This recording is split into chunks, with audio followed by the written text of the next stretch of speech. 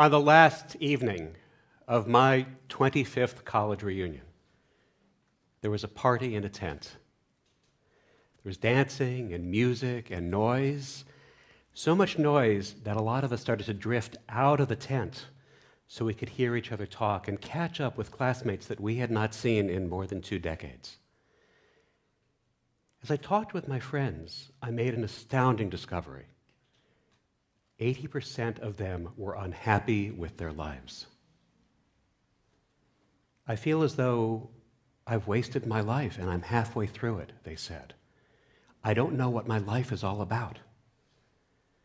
Now, I was privileged to go to Yale, and we were standing on a summer evening in the middle of Yale's old campus, and the people that I was speaking with were privileged and highly educated and financially well off and in positions of power. And they had the first house and the second house. And they had the first spouse and the second spouse. And 80% of them were unhappy with their lives. Who was happy, the 20%?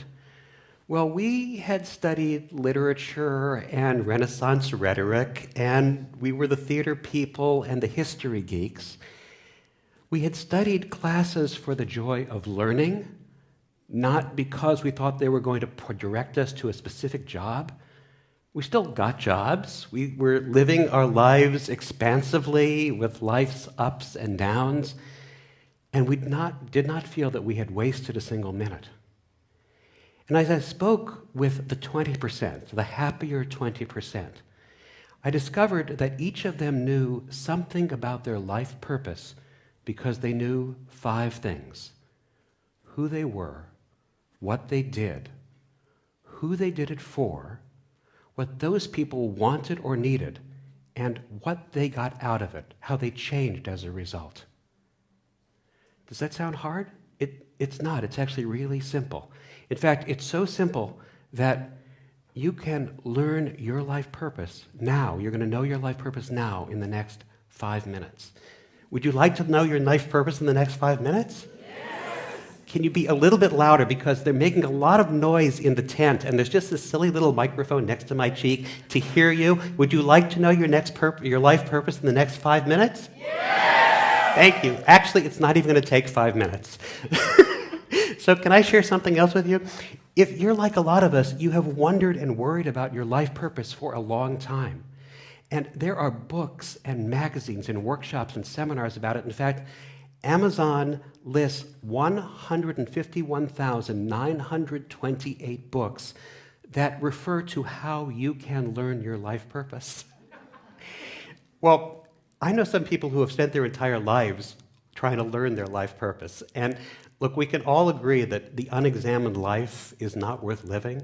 But if all you're doing is examining, you're not living. So let's figure out the life purpose right now together. Who you are, what you do, who you do it for, what those people want and need, and how they change as a result. Shall we do it? Yes. All right. Everybody, on the count of 5, shout out your first name. 1, 2, 3, 4, 5. Brian. Fabulous. That was the first one, only 4 to go. That's who you are. All right, now what do you do? What do you love to do? You love to write, cook, design, create iOS apps, write code, crunch numbers, talk, teach. What do you love to do? And if there's a lot of things that come up for you, focus it down by asking yourself this one question. What is the one thing that right now you feel supremely qualified to teach other people? Think about that in one word. Hold it. Don't release it yet. On the count of 5. What do you do? 1, 2, 3, 4. Great. That's what you do. Now, think about who you do it for. Picture them in your mind. Be ready to say it on the count of 5. Hold it. Don't release it yet. 1, 2, 3, 4. Okay, who do you do it for? Let's see it one more loud, a little bit louder, please. Over the people in the tent. Who do you do it for? Together? Thank you. That is the spirit that we need. Okay, now, What do those people want or need? What do they want or need that they've come to you so you can give them this thing? What do they want or need? In just one or two words, hold it, don't release it yet. And on the count of 5, 1, 2, 3, 4, 5.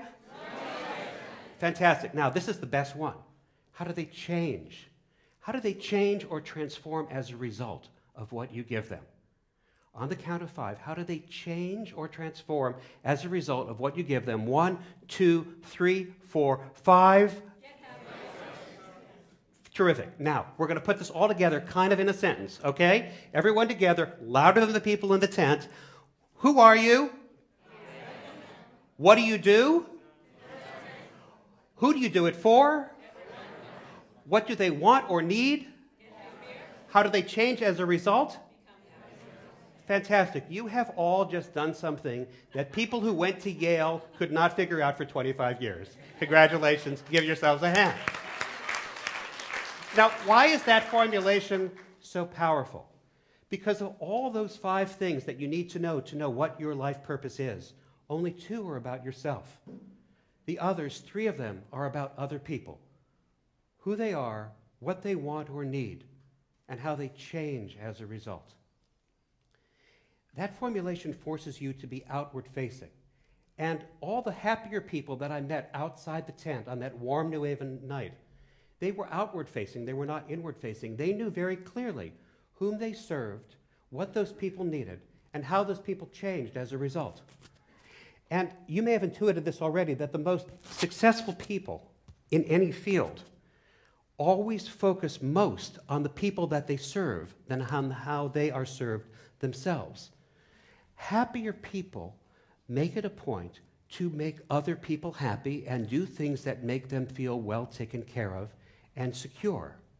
If you make other people happy, life teaches us we will be taken care of too. So since you all did so well, we have time for just a little bit of extra credit. One of the most difficult things that happens when you meet people for the first time is they ask you this question. So what do you do?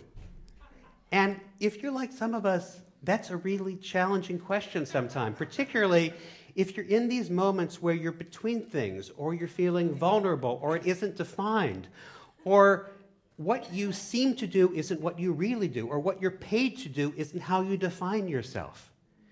So when people ask you this question, so what do you do? And also you got this monologue going on, like, why is he asking me, so what do I do? It's because it's that transactional thing where it's like he wants to know if he should really spend time talking to me, or it's that other thing so he can tell me what he does because he's sure it's, really so much better than what I do, right?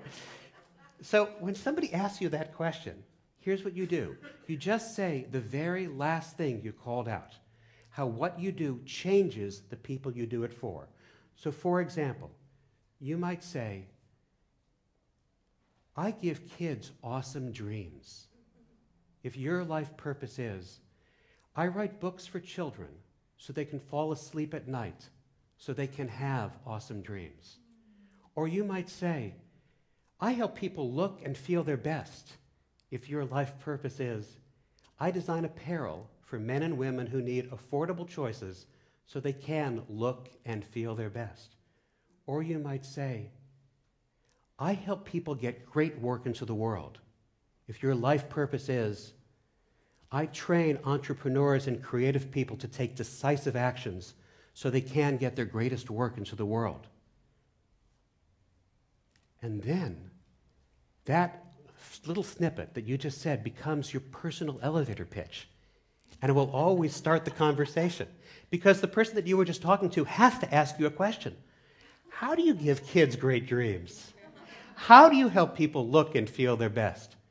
Can people really get their greatest work into the world? And then you get to tell them, and you get to share your life purpose, and you get to share how they may come to learn theirs too.